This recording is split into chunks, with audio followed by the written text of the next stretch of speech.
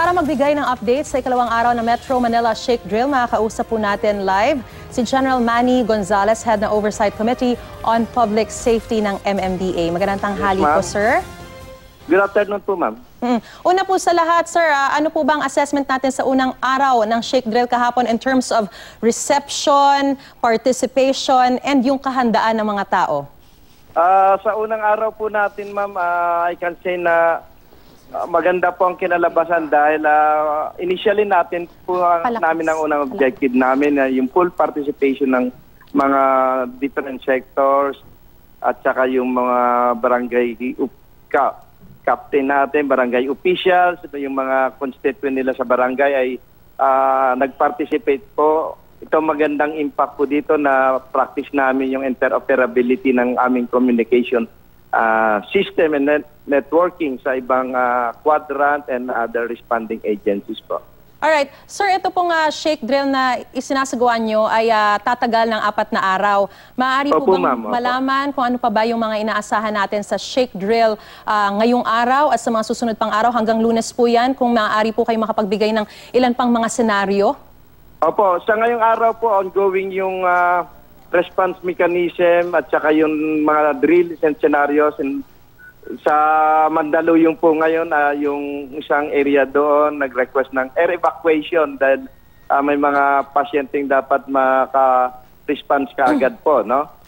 Mabigyan ng attention ng medical. Tapos po yung medical natin, yung from the Department of Health and Department of DSWD, nagpunta na sa ngayong umaga po, actual na nagpunta sila sa mga quadrant kasi para ma-determine kung anong mga kailangan pang relief goods at saka yung number of patient na dapat bigyan ng emergency medical attention po.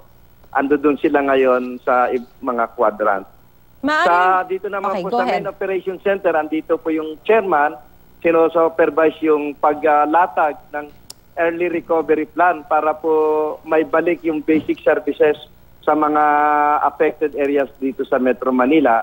Of course, we are dealing with some other sector, private, para mapunuan yung mga services na hindi kayang i-provide ng gobyerno, katulad po ng mga gasoline, petroleum na rene-request ng mga ibang affected areas.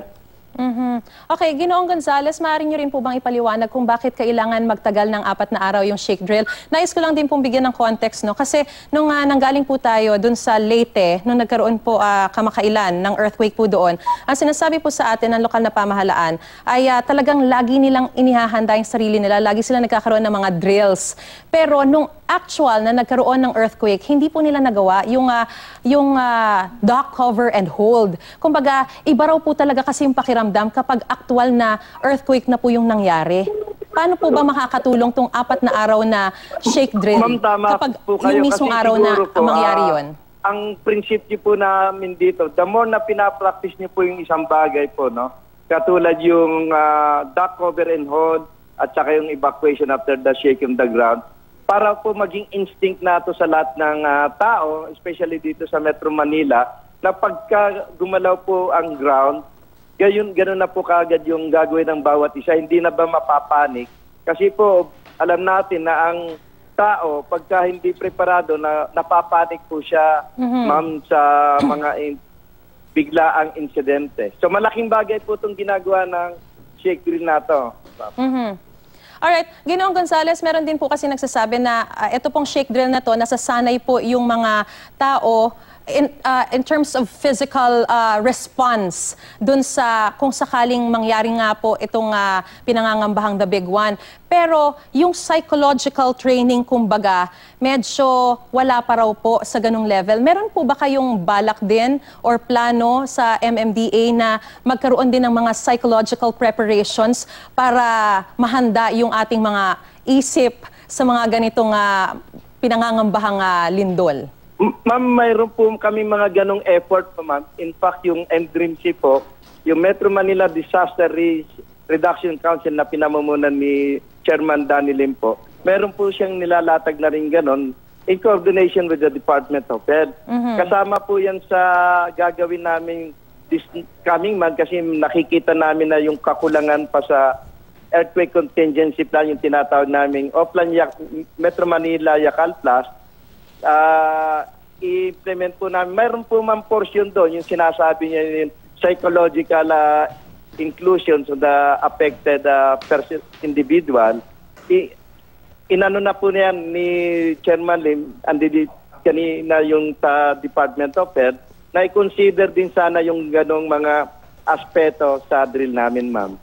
Alright, so meron kaming mga ganong procedures sa Oplan Yacal Plus. at yung mensahe nyo na lang po, Ginoong Gonzales, para dun sa mga nagrereklamo po dahil bakit kailangan daw gawin pa sa gitna ng rush hour ang shake drill.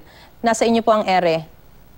Ma'am, sa power update naman po, ma'am, ginagawa po namin yung kasi para rin malaman ng ibang, let's say, yung Meralco or your other company na nagpo-provide ng power, matest yung contingency plan nila. No? How to provide power in case mayroong power shutdown dito sa Metro Manila.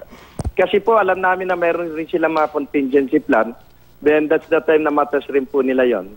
Alright, so abangan na lang din po natin yung mangyayaring shake drill mamaya pong hapon. Maraming salamat po sa inyong panahon at sa impormasyong binigay niyo po sa amin. Head ng MMDA Oversight Committee on Public Safety, Brigadier General Manny Gonzales.